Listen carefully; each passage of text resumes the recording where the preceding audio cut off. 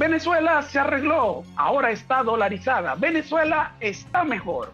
Pareciera ser la conclusión de la campaña, articulada o no, que vemos en redes sociales y en videos de famosos youtubers nacionales y extranjeros que han estado viajando internamente por el país.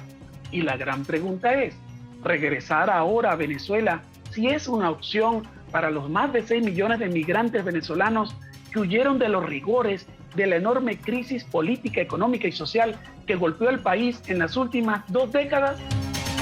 El periodista Jorge Montenegro nos ayudará a encontrar respuestas a esta gran incógnita.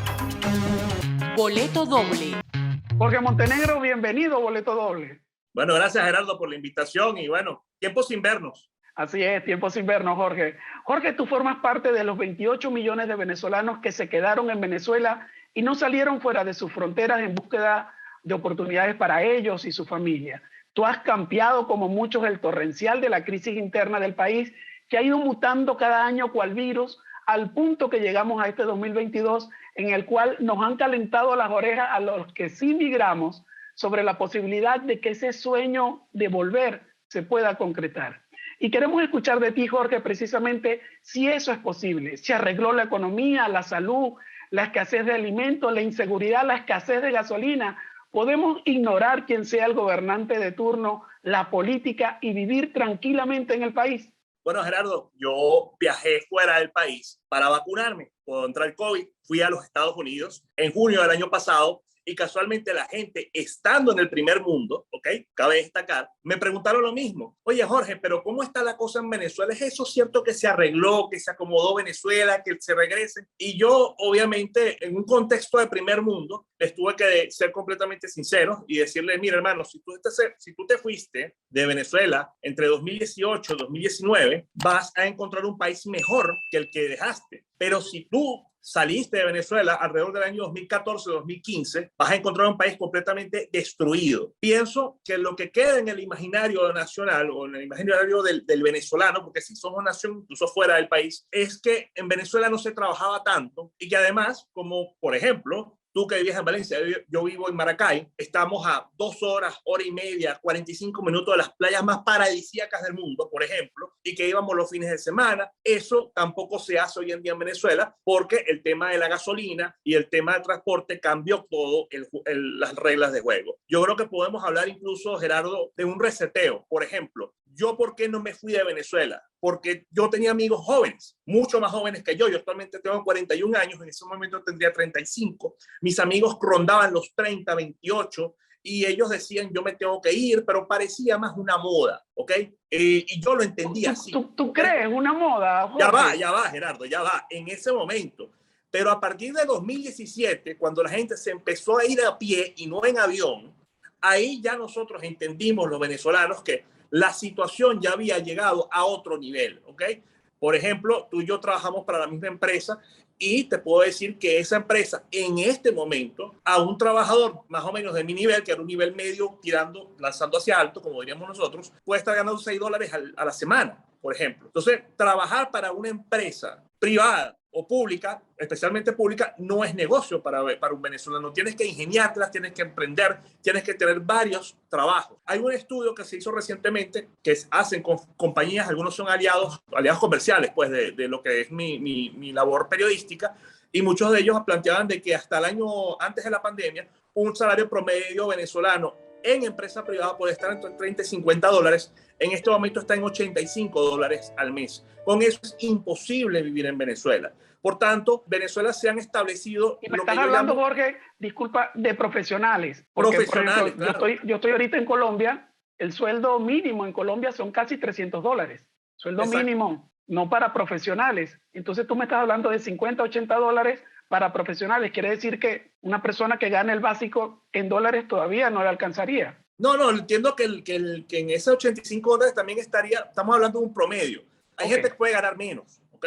Ejemplo, mantenimiento, este tipo de cosas, y hay otras personas que pueden ganar más. Pero, ¿qué pasa? No es suficiente ese dinero para poder tener un estilo de vida más o menos digno en Venezuela, que yo lo calculo entre unos 300 y 500 dólares. En Venezuela se han establecido prácticamente 5 clases sociales. La primera es la gente que siempre tuvo dinero, la gente, como diríamos en Valencia, los de gente de Guataparo, de toda esa parte, ¿ok? Los que siempre tuvieron empresas, grandes emprendimientos, negocios honestos además. Segundo, las personas que tienen contactos con el gobierno, a quienes Enrique Capriles bautizó como los enchufados. Esas 2 clases están muy bien en Venezuela. Habría una tercera clase, que ahí yo me incluyo, que somos quienes hemos podido, gracias al COVID, migrar hacia el tema del trabajo a distancia, que tal vez es la novedad en este momento. Por ejemplo, un ingeniero de sistemas o de este tipo de áreas puede estar generando alrededor de unos 20 dólares la hora de trabajo, ¿ok? En trabajos mucho más sencillos se puede estar hablando entre 5 o 10 dólares. Estamos hablando de un salario mínimo norteamericano casi, ¿ok? Y eso es suficiente para vivir en Venezuela porque todavía hay servicios públicos, o mejor, servicios básicos, debemos quitarnos la palabra servicios públicos, que siguen siendo completamente subsidiados por el gobierno por el temor precisamente de una situación económica peor, que son el agua y la electricidad. Siguen teniendo grandes deficiencias, pero por ejemplo, quienes vivimos en el centro del país, ya en algunas zonas, más allá de Caracas, sino el norte de Valencia, el norte de Maracay, ya el servicio de electricidad está un poco más estable. El agua nunca ha servido, pero bueno, tú lo sabes que nosotros hemos vivido bañándonos con todo desde los tiempos de Carlos Andrés Pérez. Jorge, fíjate, ¿no? Hay otras 2 clases sociales. Perdón, adelante. Hay 2 clases sociales. Estaría el que vive de empleo de la empresa privada, que estaríamos hablando de ese salario promedio de 85 dólares, que está mejor, pero no bien. Y está el último estrato social, que es aquellas personas que viven de las pensiones y que son empleados públicos, que ellos simplemente no tienen cómo vivir y básicamente sus ingresos están en base a los que ya mal llamamos remesas, porque no son remesas porque no entran al sistema económico. Envían familiares del exterior. Exterior. Exacto. Y el otro caso, bueno, matando tigres en otras cosas, cualquier actividad económica.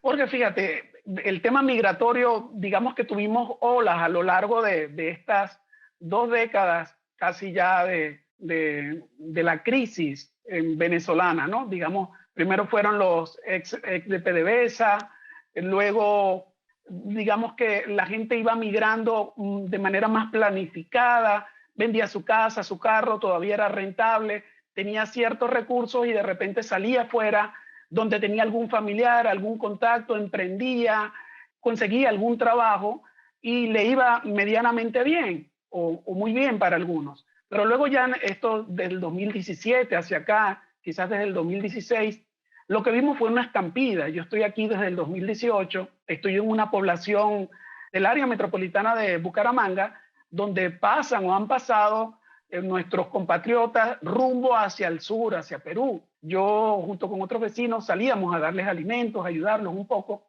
y siempre les preguntaba, ¿cuál es el plan? Y me decían, el plan es Perú. Sí, ¿y allá qué? ¿En un trabajo? ¿Tienes alguna? No, el plan era simplemente Perú, como una gran solución, esas 4 letras, ¿no? Entonces, digamos que esa fue una migración tipo estampida. Todos los que estamos fuera siempre anhelamos, tenemos la ilusión de volver. Una persona que haya salido dentro de esta estampida, ¿cómo pudiera sostenerse en Venezuela? ¿Qué tipo de trabajo puede hacer? Bueno, a eso me refería yo en el punto anterior. Si tu estatus fuera de Venezuela es lo suficiente para poder alimentarte, mandar la remesa a la abuela o a la mamá, yo creo que sería mejor esperar un poco, ¿ok? ¿Por qué? Porque si bien ciudades como Maracay y Valencia ya cuentan con un fluido eléctrico bastante estable y son económicas comparado con Caracas, lo de Caracas es impresionante. Por decirte, un pollo en brasa aquí en Maracay te puede costar 10 dólares, como el famoso pollo que comíamos en Las Delicias. Imagínate, en Caracas te quieren cobrar 40 dólares por eso. Entonces, ahí está el primer problema. Caracas se ha vuelto una ciudad completamente insoportable desde el punto de vista económico, ¿ok? Yo te diría, oye, ve dónde tienes familia. Si tienes familia en el interior, sobre todo en el centro, puedes regresar allí. Ahora, ¿qué vas a hacer? Si tú tienes una profesión y, sobre todo, si sabes hablar inglés, ¿ok? Tienes las puertas abiertas para tener trabajo remoto, porque una de las cosas que no te comenté en la respuesta anterior es que uno de los servicios que mejoró de una manera muy sustantiva fue las telecomunicaciones. No porque mejoró CanTV, estoy hablando de los proveedores privados. Recuerda que el Estado no decidió nacionalizar todo el sector y dejó DirecTV, Movistar, Digitel y en este momento otras empresas como Net1, Inter, que eran proveedores de televisión por cable. También hay empresas pequeñas que han salido. En el caso del centro del país está Conex, que es una empresa de capital aragüeño-valenciano, aragüeño-carabobeño, y que ya están incluso a nivel nacional, están ofreciendo conexiones de internet lo suficiente no solo para que nosotros hablemos aquí, sino incluso para manejar en los data centers. Se dice incluso, Gerardo, que Maracaibo es la capital del internet en Venezuela.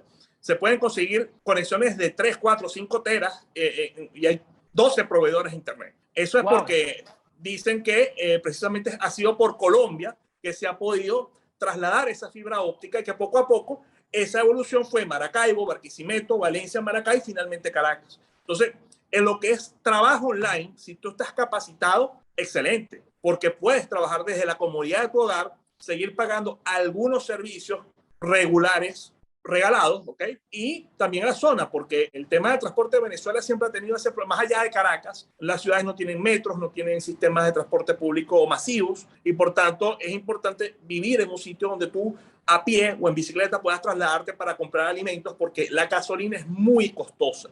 No tanto como en Estados Unidos, por ejemplo. Unos amigos que tengo ya en Orlando me comentan que ellos gastan al mes $180 en gasolina. Aquí, si te mides, puedes gastar $20 en un carro económico. Si tienes una camioneta, bueno, y eso es otro cuento. En Venezuela el sistema dual de gasolina no sirve, ¿ok? E incluso en Caracas hay colas para poder surtir gasolina a precio subsidiado. A subsidiado hay colas. No, en dólares todo el este de Caracas, Chacao, Baruta, todas las bombas son dolarizadas, no hay cola en ninguna parte. Igual en el norte de Maracay ya hay algunas 2 o 3 bombas que incluso tienen servicio todos los días. Tú puedes ir a cualquier hora y no vas a encontrar cola. Esa situación no era así hasta hace 4 o 5 meses y sí, no sé qué pasa en otras zonas. Yo hablaba un poco de cómo ha mutado, porque Venezuela muta cada semana, no cambian las condiciones. Hay la percepción de que ha habido un impulso, una mejoría. Entonces, digamos que yo había conocido que así tú cancelaras en dólares, igual había escasez de gasolina. Entonces, eso ha mejorado, digamos, primer punto. Hay abastecimiento de gasolina. Maracay y Valencia. En Caracas hacia el interior no. No sé porque no vivo en Barquisimeto ni en Puerto Ordaz, pero yo conozco gente que incluso hasta hace 6 meses me decían que en Puerto Ordaz tú tenías que pasar 3 semanas en la cola de gasolina con el carro esperando que llegara. Por favor, casi un mes. Sí, entonces ese es el tema, porque por ejemplo, otra zona donde hay bastante gasolina es el área de Coro Punto Fijo, porque allí tienen la refinería del Palito, de Aguay. También otro sitio es Carabobo, porque allí tienen el centro de distribución de Yagua. Entonces es muy común, incluso se bromeaba que incluso para ir de Maracaibo a Caracas tenías que salir del país, porque con el tema del COVID habían cerrado las líneas nacionales. Y entonces tenías que ir Maracaibo, Santo Domingo, Caracas, para poder viajar dentro del país. Porque hacer la ruta por tierra, por Barquisimeto, no ibas a llegar, por la Lara Zulia, porque allí no había gasolina. Tenías que ir con el tanque lleno de Maracaibo, llegar hasta Coro, surtir allí y después surtir en Yagua. Entonces era como una lotería muy grande el hacer ese traslado. Y básicamente tú, como hace 100 años, para poder llegar a Maracaibo tenías que irte fuera del país. Era una cosa increíble. Fíjate, Jorge, que los youtubers, los venezolanos y los extranjeros que estuvieron por allá, ellos mostraban que se podía desplazarse uno de alguna manera sin mayor problema, pero entiendo que ellos tenían algún tipo de auxilio de gasolina bachaqueada, que todavía se maneja todavía esa situación allá, porque tú comúnmente no puedes hacer un viaje de Valencia a Maracaibo si no tienen el contacto para que te abastezcan de gasolina en el camino, ¿o no? Claro, eso es así. De hecho, yo viajé 2 veces a Maiquetía, bueno, 3 veces, porque la vez que me regresé, perdón. Entonces, quien me hacía el servicio de transporte, tú y yo conocemos a Orlando, él se iba con suficiente gasolina en Maracay y surtía gasolina en Maiquetía, porque en Maiquetía siempre hay gasolina. Entonces, a veces la trampa es, si él viaja hacia Caracas, bueno, ve Caracas y en Caracas ya tú solucionas el problema. Ahora, es muy común que la gente se transporte y tenga los bidones de gasolina incorporados a su automóvil con todo el riesgo que eso puede ocasionar. Además de que eso está prohibido. Cualquier funcionario público te puede detener y te puede poner una multa o detenerte el carro, y es legal porque cargas gasolina dentro del automóvil. Claro. Entonces, eso es un tema muy difícil que se está manejando, pero como te digo, hay que vivirlo sobre todo en el Forma tema. parte de la dinámica que se tiene actualmente en el país. Claro, claro, claro. Y habrá algunas estaciones de gasolina que funcionan, no sé si la de Dos Caminos, por ejemplo, cuando tú vas a Apure, no sé cómo será, pero por ejemplo, sé de las gasolineras del centro, o sea, de Maracay y de la autopista por el lado de Aragua, que cierran a las 4 de la tarde por el tema de la inseguridad, porque ahora los bomberos tienen dólares. Entonces, es un negocio ir a atracarlo. Entonces, si tú pasas después de las 4 de la tarde, tienes que echar gasolina a juro a esa hora, porque si no, no vas a llegar a tu destino. Desde fuera vemos esos bodegones, esos establecimientos de grandes dimensiones y superficies donde se venden electrodomésticos, donde se venden exquisiteces que uno en el exterior no encuentra, pero en esos bodegones está el tema de la alimentación. Ahora sí se consiguen alimentos solo que es en dólares, o también está el tema de la hiperinflación que sabotea esa situación. Cuéntanos un poco eso. Bueno, la hiperinflación ya se controló un tanto, ¿okay? Porque hubo una dolarización de facto. Es decir, si bien Maduro en sus alocuciones habla de que Venezuela se dolarizó, en realidad no está dolarizada porque la moneda fiscal que reconoce el CENIA sigue siendo el bolívar. Si bien puedes hacer facturas en dólares, tienes que reflejar el precio en bolívares y tú vas a pagar lo que allí diga en bolívares. Entonces, ¿qué pasa con eso? Evidentemente el venezolano ya tiene moneda dura y el venezolano ha aprendido a ahorrar. Esa es otra de las cosas. Nosotros, tú y yo vivimos esa Venezuela, las 10 tarjetas de crédito por banco, y que obviamente la gente vivía endeudada y endeudada porque la misma inflación te iba pagando Eso ya no existe en Venezuela. Entonces, evidentemente, luego de todo el desastre que hubo a partir de 2014 con el tema de la crisis alimentaria, de incluso los elementos de aseo personal como los desodorantes, jabones, pastas dentales que no se conseguían por los precios regulados, el gobierno liberó eso. Y obviamente los productos Polar son productos que tú puedes consumir, pero son productos casi de media alta, de clase media alta. Una harina pan se consigue en cualquier lado. ¿Cómo así? ¿Cuánto puede costar una harina pan? Un paquete de harina pan. Una harina pan te puede costar $1, un kilo de azúcar te puede costar $1, pero evidentemente eso para una persona que gana $85 al mes es un golpe al bolsillo. A lo mejor para mí ya no lo es. Ahora, con respecto a los bodegones, aquí en Maracay han quebrado muchísimos bodegones. Y esa es otra cosa que no se cuenta. Una burbuja. Ha sido una burbuja. De hecho, el tema está en que si tú no vendes al precio que el mercado puede pagar, vas a quebrar. Así de sencillo. Lo que ha ocurrido es que el tema de las sanciones es flexible en el tema de la alimentación y por eso tú puedes encontrar las mejores. Mira, tú vas a cualquier bodegón y puedes conseguir cerveza de la marca que tú quieras, ¿ok? Incluso las Polar, en algunos casos, Polar es más caro que alguna de esas cervezas dominicanas, como la Presidente, o la Quilmes Argentina, o la Budweiser, la Heineken, que son cervezas, y tú la puedes comprar, pero el tema es quién aguanta esa, como decimos nosotros, esa pela de estar gastando lo que te quieren cobrar los bodegones por un producto importado. Ese es el problema. Entonces, obviamente, si hay mayor abastecimiento de alimentos, en parte porque la gente se ha ido, pero si hay un tema de alimentación, Gerardo, y quiero hacer énfasis en eso, que el Centro de Estudios de la Católica hizo un trabajo sobre la nutrición del venezolano. Y te lo digo yo, que en este momento estoy bien, que cuando tú te fuiste yo todavía estaba bien. Hubo un momento en el cual en mi casa se desayunaba y se cenaba arepita con queso rallado, Gerardo, y un café. 2 comidas del día eran eso. Y eso está llevando a que, perfecto, a los 30 años no te va a afectar tanto, tal vez te caiga el pelo, te pongan más viejo más rápido, pero imagínate quitarle la alimentación a un niño. Entonces se prevé que el venezolano que ha crecido entre el 2013 y 2014 y este año, cuando crezcan, cuando alcancen la mayoría de edad, van a ser más bajos que nosotros, van a ser menos inteligentes que nosotros, y además eso van a tener una esperanza de vida 5 años menor a la de nosotros. Entonces, el tema es que el venezolano, por su mezcla con los europeos, con todas estas diásporas que vinieron de Europa durante el gobierno de Pérez Jiménez, el venezolano era uno de los latinoamericanos más altos. Había una mezcla racial mucho más equilibrada con respecto al tema de los indios o al tema de los afrodescendientes. En este momento, pues esa escalada genética, nutricional que se tenía en ese momento, se va a perder en las próximas generaciones. Y eso es otro tema. Y ahí vamos a otro tema mucho más importante, Gerardo, que es el tema de la educación. La deserción escolar en Venezuela alcanza el 40%.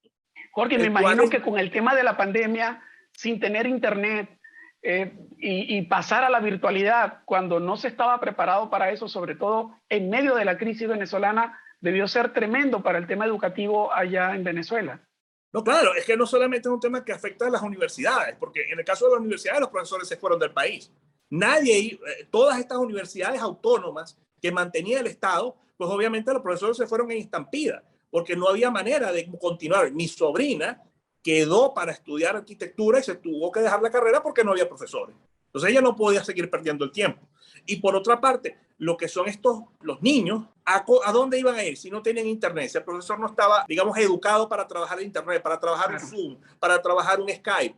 ¿Cómo le dieron clase a esos muchachos en todo ese tiempo? Entonces, obviamente, por el tema de censura, de eso no se habla. Pero en Venezuela se estima que la deserción escolar infantil fue de 40% en los últimos años. Es decir, 40% de los niños venezolanos dejaron de ir a la escuela. Y hoy, un liceo en Maracay, ¿ok? Porque en Caracas es más caro, privado te puede estar costando $50 mensuales. Retomar que estamos hablando si es factible o no regresar y qué nos vamos a encontrar. Por ejemplo, si yo me voy con mis niños, puedo incluirlos en un buen colegio o en un mediano colegio. ¿Cómo sería esa dinámica?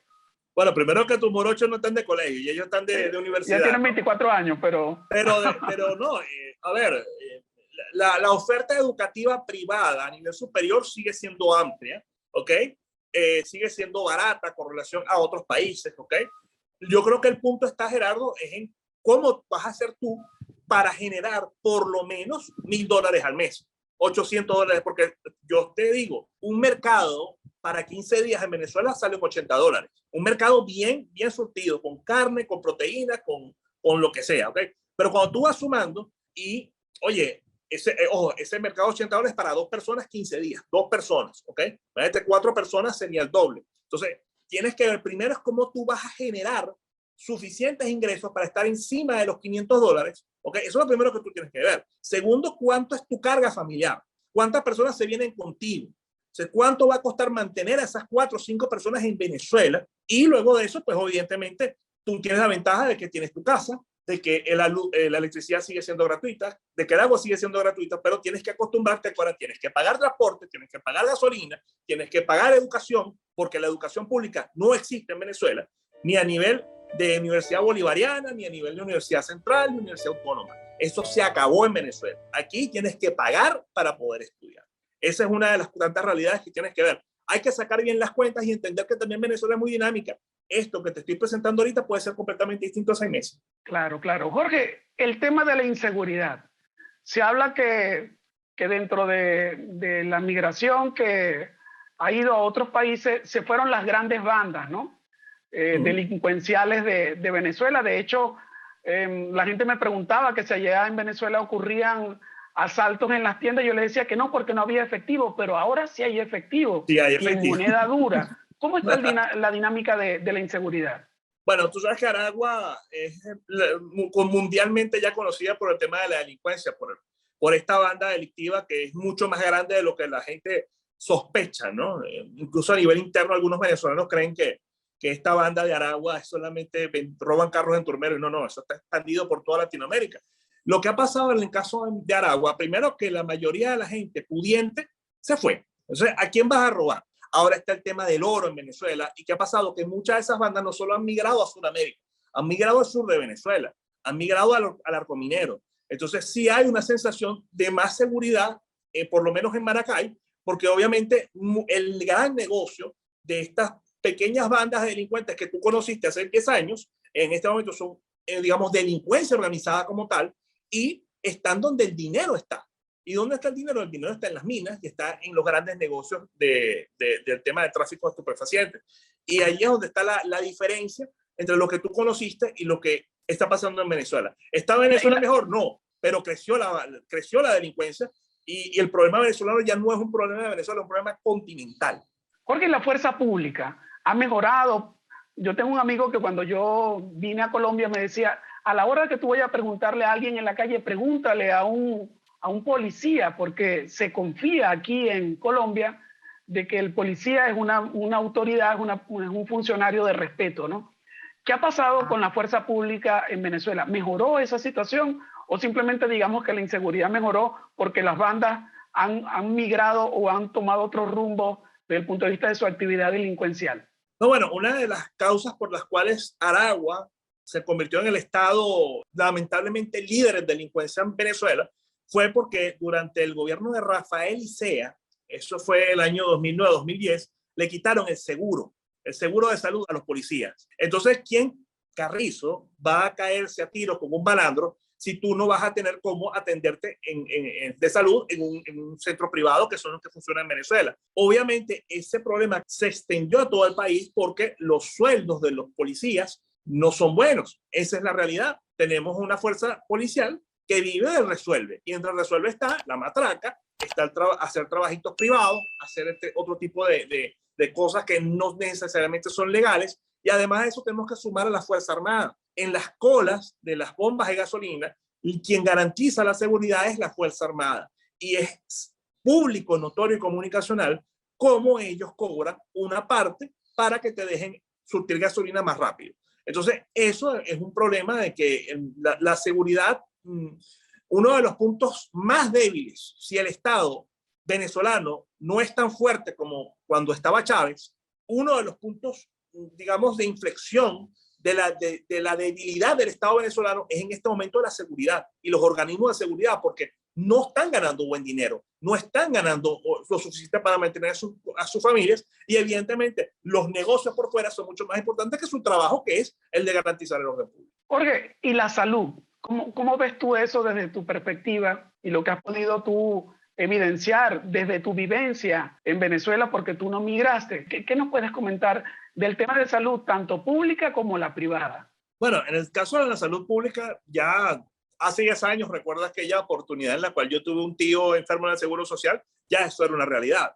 La salud es pública, pero porque le pagan el honorario al médico, pero todo lo demás tienes que llevarlo tú, los medicamentos, el suero, las inyecciones, las sábanas, todo tienes que colocarlo tú. Eso no ha cambiado, se ha agravado.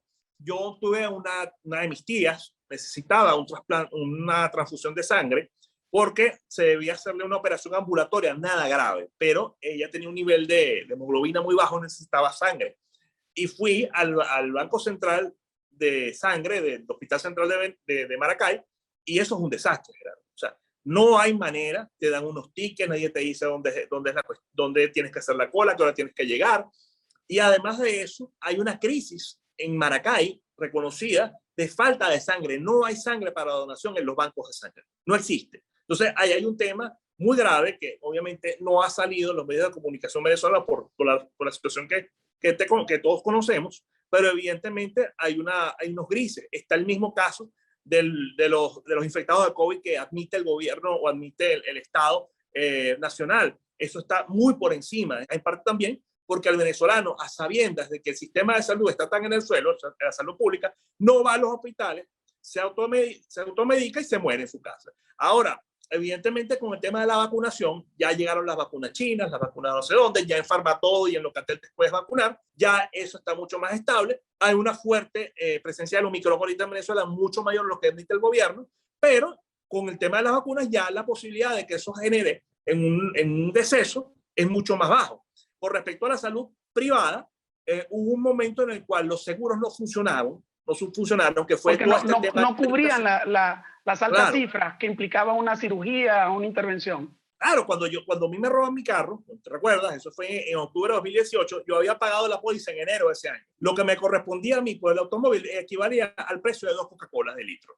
Entonces, eso era lo que me iba a pagar el seguro, porque eso era lo que estaba en Bolívar reflejado en el seguro. Un retrovisor. Claro, entonces ni siquiera 2 Coca-Colas, Gerardo. O sea, 2 Coca-Colas, ni siquiera un pan canilla o algo más, ¿no? Entonces, ¿qué pasa con eso? Que en este momento los planes de seguros los han cambiado. Entonces, por ejemplo, yo estoy asegurado con un seguro que teníamos nosotros en esta empresa, de un conocido banco, y ese banco te da una cobertura hasta $30,000 por $34 al mes. Y yo tuve que utilizarlo en septiembre y fue bueno. Es decir, el tema de las aseguradoras está bien, el tema de la atención privada está bien, por supuesto los costos. Yo por lo menos, ¿por qué decidí viajar a los Estados Unidos a vacunarme? Porque yo dije, bueno, si un COVID te cuesta $30,000, Yo prefiero viajar a los Estados Unidos, que es que tengo visa, y me rumpeo todo, me hago la rumba de la vida, traigo ropa, traigo todo lo que me da la gana, regreso y no he gastado ni siquiera el 20% de lo que me iba a gastar en el COVID. Entonces,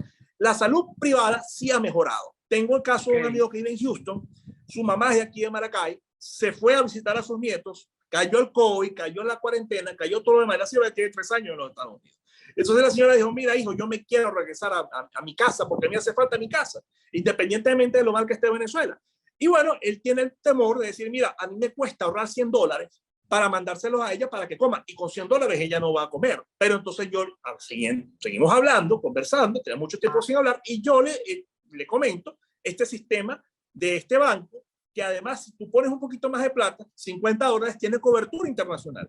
Y él sacó la cuenta y dijo, bueno, si es negocio de regresar a mi mamá. ¿Por qué? Porque yo estoy pagando en Estados Unidos $700 en seguro por las 5 personas, por sus 2 hijos, su esposa él y su mamá. Entonces, aquí en Venezuela, con lo que se va a ahorrar por su mamá, que es la más cara, pues él puede mantenerla aquí en Venezuela. Entonces, esas son cosas que, como te digo, son actualizaciones que van ocurriendo poco a poco, a medida que el Estado se da cuenta de que no puede controlar nada y que tiene que dejar que la economía resuelva. Eso es lo que está pasando. Jorge, entonces veo, por lo que nos has comentado hasta ahora, todo pasa por tener un capital o generarse un capital que permita mantenerse, así como es en el exterior, mantenerse o mantener a los suyos en Venezuela, ¿no? Que tú puedas estar entonces cubriendo una póliza de seguro, el tema de alimentación, de cubrir gasolina y los servicios, ¿no? Igual como sea en el exterior. Exactamente, es que a nosotros nos tocó mirar también. Es decir, a ver, una de las razones que decía, bueno, pero es que si yo migro voy a tener que comenzar de cero. Ajá, me quedé y tuve que comenzar de cero igualito. Solo que aquí tenía casa, pues. Exacto, entonces nos pasó exactamente lo mismo. Sí, Venezuela... Todos los que migramos y los que se quedaron empezamos a brincar y a saltar. Y estamos en eso, brincando y saltando. Así fue. Jorge, ya para cerrar, ¿cómo ves entonces tú la perspectiva o cómo pudiéramos concluir el tema de volver a Venezuela en este momento? Mira, hay que sacar bien las cuentas. Eso es lo único que yo les aconsejaría y entender algo. Mira, Gerardo, yo recuerdo cuando yo estudiaba idiomas y tú a veces echamos el chiste de que los que estudiaban más idiomas era porque el hemisferio derecho lo tiene más desarrollado, el hemisferio femenino, la cuestión. Y ese era el chiste interno que tenemos nosotros con respecto al tema del estudio de idiomas. No hay nada más útil en este momento que saber inglés. Esa es la primera cosa que yo te diría a ti, a tus hijos y a los que sean. No solamente en Venezuela, fuera de Venezuela, tener una segunda herramienta de idioma es vital para lograr tener mayores oportunidades de ingresos. Te lo digo porque de verdad para mí ha sido una bendición el haberme preparado todos estos años, que saqué una maestría, que aprendí 3 idiomas. Todo ese tiempo al final me lo premió Dios con esta situación y el poder estar en una situación privilegiada cuando muchas de las personas que a lo mejor tienen hasta mi mismo nivel educativo, pero que no tienen esas herramientas, han tenido que pasarlas peor. Yo creo que primero siempre tienes que seguir estudiando porque las cosas cambian y la vida es adaptación. Desde Darwin hasta hoy en día siempre ha sido, se adapta y sobrevive el que se adapta más rápido a las situaciones. Y yo creo que eso es lo que hemos tenido que hacer los venezolanos. Y solo les digo, este es su país, pueden regresar cuando les dé la gana. Aquí nadie los va a correr porque no hablan, no tienen el mismo acento o porque tienen distintas costumbres, pero tienen que entender que ese país de fines de semana en Cuyagua, de fines de semana en Choroní, de amanecer bebiendo en la calle hasta la madrugada, pues ese país ya no existe. Existe un país tal cual como los demás países donde emigraron, un país donde hay que trabajar 5 o 6 días a la semana para poder sobrevivir. Jorge, mil gracias por dedicarnos parte de tu tiempo. Sé que tienes grandes responsabilidades en el teletrabajo con varias empresas importantes a nivel internacional y que nos hayas dedicado unos momentos para poder hablar de esta realidad que desde afuera es muy confuso. Si adentro es complejo irse adaptando a esos cambios que tiene Venezuela permanentemente, desde afuera pues estamos completamente perdidos. Pero bueno, regresar a Venezuela siempre podrá ser una opción, solamente hacerlo de manera planificada, como también se debe planificar la migración. Y si a ustedes les ha gustado este video, denle clic a la campanita de notificaciones, suscríbanse al canal, Déjenos sus interesantes comentarios y también compartan este video para que otras personas lo puedan ver. Jorge, mil gracias. Muchas gracias, Gerardo. Nos seguimos comunicando vía... Bueno, pero vas a venir a Venezuela, entiendo, ¿no? Pronto. Nos vemos, Jorge. Hasta luego.